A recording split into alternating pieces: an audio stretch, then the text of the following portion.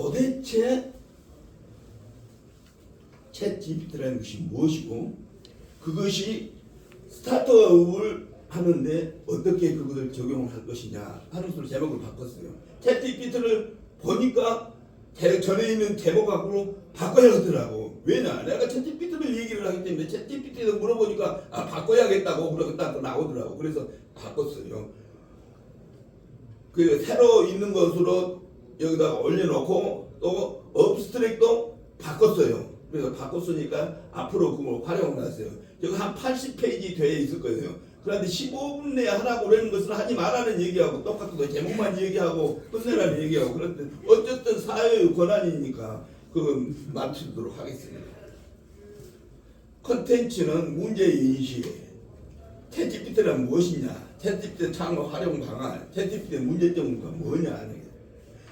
논문을 발표를 할 때 아까도 여러 가지 얘기를 했지만 우리나라의 현재의 문제점을 정확하게 알고 그 분야 중에서 내가 발표하는 논문은 어떤 문제를 인식하고 그것에 대해서는 자기 의견을 얘기를 해줘야 하는데 창업에 관한 얘기를 지금 챗GPT 얘기를 하고 있는데 전체 논문이 우리나라가 어떻게 돌아가는지는 몰라. 우리나라 전체 세계적으로 지금 어떻게 돌아가는 것을 그렇게 모르니까 지금 아주 자기가 하는 것만 얘기를 한다고. 전체 우리나라의 문제점 뭔가 세계 경제에 이렇게 지금 어려웠다. 1930년대에 세계 공황, 미국 세계 공황, 1997년에 우리 IMF, 2008년에 세계 경제 어려움 그것보다 더 어려운 거예요. 지금 세계 경제 마이너스로 이렇게 들어가지고 마이너스 1, 2%가 아니라 마이너스 막 6% 이렇게 돼요. 세계 경제가 이렇게 어려운데 우리나라도 어렵다. 그러면서 바보 마이너스로 이렇게 막 돼가고 있다. 지금 세계 경제가. 그런데 정치, 경제, 사회 하는 것 전혀 싸움만 하고 있다. 우리나라 경제가 이렇게 지금 코로나에 3년 동안에 지금 이렇게 마이너스로 되고 있는데 정신 못 차리는 것이 정치인들이다, 교수들이다, 학자들이다. 여기 봐봐요. 얼마나 어려운가 중진국에. 이것을 인식하고 나서 내 논문에 대한 얘기를 해야 한다고. 우리나라 발전하는 과정 60년대부터 나는 66년에 공무원에 들어가가지고 엄청나게 고생을 해가지고 지금 78세가 되도록까지 공무원 생활하다가 공기업에 있다가 11번 직장을 바뀌었어요. 이렇게 우리가 발전하는 과정을 쭉 한번 보자. 그래가지고 지금 7위권에 한국이 되어 있다. 그런데 우리나라의 문제가 뭐냐? 회계 투명성 도둑놈들을 많이 키우는 지금 국회에 하는 저거 처벌을 못해. 경제가 이거 한국의 부패 인식 수준 이렇게 엉망진창이야. 우리 국민들이 이거 인식하고 거기에 대한 문제 인식. 우리나라 그런데 앞으로 이렇게 64불에서 1964년에 1인당 GNP가 우리나라 64불이었는데 그 당시 때 부가는 280불이었어요. 그랬는데 지금 우리가 34,000불 34,000불은 우리가 대만을 이겼는데 대만이 우리나라를 이겨버렸다. 우리나라 정신 못 차리고 정치는 이거 지금 뭐 여러 가지 어려운데 지금 앞으로 성장할 거냐 말 거냐 하는 거. 우리나라의 당면의 문제 지금 문재인 정부에서부터 이 윤석열 정부까지 여기 쫙 얘기는 제일 문제 여기서 전 세계 경제가 어렵지만 우리나라에 여기에 지금 결혼하는 사람은 무조건 3사람 이상 낳아줘야 그런 사람을 교수로 뽑고 그런 사람을 승진시키고 그런 사람을 취직시키는 이런 정책을 해야 하는데 15년 동안 285조를 했는데 작년에 10만 명, 100만 명씩 낳았는데 작년에 0.75 올해 저출산에 관한 것을 했는데 말이 안 통한다. 거기에 대한 관심이 없기 때문에 엉망진창이다. 싸우고 있는 거 등등등등. 이게 우리나라의 당면 문제다. 이거를 해결하려고 그러면 어떻게 해야 하느냐 하는 거. 이거의 출산에 저출산에 관한 문제. 10만 명씩 70년에 101만 명 낳았는데 60만 명, 70만 명, 44만 명 48만 명, 작년에 2만 7천 명, 27만 명 났다는 게 0.75, 0.75. 자식들 나는 66년에 나 공무원 들어가가니까 박정희 대통령 하나만 나 잘 기르자 그래가지고 두 사람 하면 승진도 안 시켜줬어. 내가 승진도 못했어. 그래도 딸아들 둘이 나는데 지금 하나도 안 나겠다 얘기 하나도 안 나겠다. 그러니까 모든 공무원들이나 뭐나 이런 것을 어떻게 저출산을 해야 하느냐? 두 사람 이상 나는 사람을 우선적으로 취직시키고 그런 사람을 승진시키고 그런 사람을 교수로 뽑고 그 임용 규정을 바꿔야 한다. 그렇지 않으면 안 된다. 나는 그렇게 주장하고 있어요. 우리나라가 지금 코로나 이후로 수출이 계속 감소돼 가가지고 지금 10개월째 적자다. 이제 비트코인 투자자 오늘 비트코인 해가지고 김남국인가 그런 도둑놈이 국회에 있단 말이야. 그런 놈들이 판검사 출신들 이거 몰아내야 한다. 뉴노멀로 인해 가지고 메타버스의 새로운 시대로 바뀌어야 한다. 의식이 바뀌어야 한다. 어떻게? 뉴노멀에 맞게 MZ세대 중심으로 바뀌어야 한다. MZ세대가 뭐야? 30대 40대 중심으로 모든 정책이 바꿔야 한다. 꼰대 중심으로 나 같은 사람 발표도 못하게 해야 한다. 78세 늙은 사람. 그런데 그것이 어떤 기준으로? 능력 기준으로 해야지. 능력 기준으로. 국회에 저 도둑놈들은 그런 놈들은 다 도단해야지만 능력 기준으로 뽑아야 한다. 인간이 주도하고는 지금 챗 GPT에 관련된 정책 해가지고 새로 바꾸겠다. 어제 신문에 나가는 거 지금 챗 GPT에 관련되는 정책을 해가지고 이 돈을 저렇게 투자를 하겠다. 여러분들이 능력만 있으면은 어디든지 들어가가지고 돈 벌 수 있고 학생들을 지도하는데 취업 걱정 안 하게 할 수 있다. 뭘로? 챗 GPT를 공부를 늦게. 챗 GPT 전문가가 없어.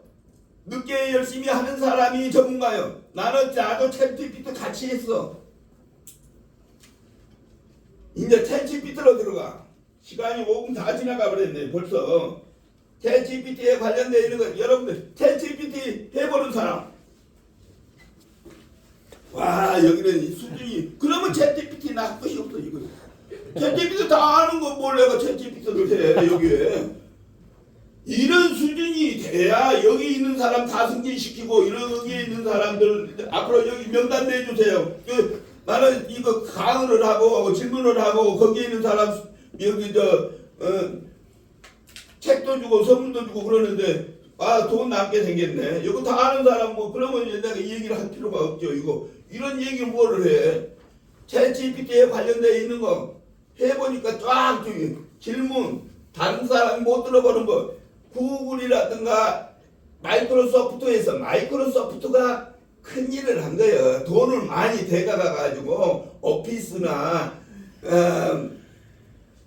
엑셀이나 이런 것들하고 같이 해가가지고 돈을 투자를 하니까 마이크로소프트가 다시 살아난 거예요. 마이크로소프트가 빌 게이츠가 잘하는 거예요. 그게 구글이나 페이버나 메타버스로 바뀌었죠. 그 페이스북이 트위터나 테슬라나 돈 있어도 못해. 빌 게이츠는 해. 능력이 있기 때문에 내가 모든 이 세계에 있는 고객이 내 고객이다 생각하고 봉사하는 그런 정신이 있기 때문에 하는데 구글이나 페이스북이나 애플이나 이런 놈들 지금 돈 벌기에 현황이 돼가지고 하니까 저런 일을 못한다. 구체적인 거 이런 거 챗GPT에 대한 얘기 너무 쉽게 넘어가는 것 같으니까 챗GPT의 결론 챗GPT는 쭉쭉쭉쭉 뭐 얘기 읽어보면 돼. 좀 그러면은 이걸 좀 깊게 한번 보자. 챗GPT에 다른 사람이 물어보면 선생님이 대답을 해야 할 거 아니야. 챗GPT 학생들이 물어보면 챗GPT가 뭐야 그렇게 하면 그런 원어에서부터 여기는 다 알고 있으니까 이 얘기를 할 거고. 그러면 챗GPT의 교육을 누가 잘해야 하냐? 교육이 문제다. 교육이. 유엔에서 세계가 발전하려고 그러면 어떻게 해야 하느냐? 최소한도로 신문을 보고 듣고 얘기를 할 수 있는 교양을 갖춰야 한다. 첫째. 두 번째, 교양을 갖춘 다음에는 부모 덕 안 보고 평생 자기가 가지고 있는 기술이나 지식이나 능력을 가지고 이런 환경 변화에 호황부랑 따지지 않고 먹고 사는 것을 스스로 해결할 수 있어야 한다. 역량을 길러야 한다. 또 그 다음에 우리나라는 82%에서 78%가 대학 진학을 했기 때문에 우리나라는 전 세계에서 제일 문맹이라는 얘기는 우리나라에는 없어. 다 대학 졸업사니까. 그러면 문맹이 세계에 2차 세계대전 이후에 우리나라가 7위권으로 이렇게 되어 있는다는 원조를 받는 나라에서 원조를 주는 나라로 하는 나라는 한국밖에 없다. 왜? 세계에서 IQ가 106으로 이스라엘 100이보다 훨씬 높다. 단결력이 있다. 우리나라 타고난 능력이 있다. 그렇기 때문에 우리나라는 교양이 잘 갖춰져 있고 이게 일자리 창출도 대학교 78%가 대학교 나온 사람이다. 문제는 대학교를 나오는데 코로나 3년을 거치니까 작년에 얼마 졸업했느냐? 61만 명이 졸업을 했는데 취업의 정규직에 9만 명, 비정규직에 10만 명, 40만 명이 스카이 대학을 졸업해도 취업 못하고 있는 사람이 누적되고 있는 상황 미스매치가 되어 있다. 사회에 기업이 필요로 하는 사람을 길러내야 하는데 그렇지 않기 때문에 대학교 나오면서 스카이 대학을 나온 사람도 취업을 못하고 있다. 왜? 교육 가르쳐야 할 것을 안 가르치니까 우리나라 경영이나 교육을 한 사람은 제대로 학생들이 필요해가지고 기업이 필요로 하는 그런 것을 가르쳐야 한다. 세 번째, 많이 배우고 담보다 능력이 있어가지고 먹고 사는 게 지장 없으면 많이 배운 사람, 돈을 많이 가지고 있는 사람, 노블리스 오브리제를 실천을 해야 한다. 우리나라가 노블리스 오브리제를 실천하는 않는 나라야, 않는 나라. 그 대표적인 것이 문재인 정부에서 조국, 정경순 부부를 얘기를 하는데 조국은 서울대학교 법과대학을 수석으로 들어가지고 수석으로 졸업했어. 정경심 그 교수는 영문과 1등으로 들어가지고 1등으로 졸업했어. 그런 두 부부가 법무부 장관 교수를 하는데 자기 아들, 딸을 성적이나 뭐나 위조를 해가가지고 저 아들, 딸 잘하겠다고 그래가가지고 지금 고소당해 가가지고 감옥에 가 있는 이런 사람이 우리나라의 지도자가 돼 있으면은 안 된다. 노블리스 오브제를 실천하는 사람이 대통령이나 국회의원이나 장관이나 그런 사람이 교수나 돼야지. 노블리스 오브제를 실천하지 못하는 그런 지도자는 우리가 선거로 쫓아내야 한다. 마지막으로 그 얘기를 하고 있는 거예요. 마하트마 간디가 7가지 명언을 했는데 7가지 나쁜 요인, 죄악의 요인. 첫째, 원칙 없는 정치. 두 번째, 노동 없는 부, 양심 없는 쾌락, 인류애 없는 과학, 인격 없는 지식, 도덕성 없는 기업, 비즈니스, 희생 없는 종교. 이것을 개선하지 않으면 우리나라는 앞으로 선진국으로 나갈 수 없다 하는 것으로 제 발표를 마치겠습니다. 감사합니다.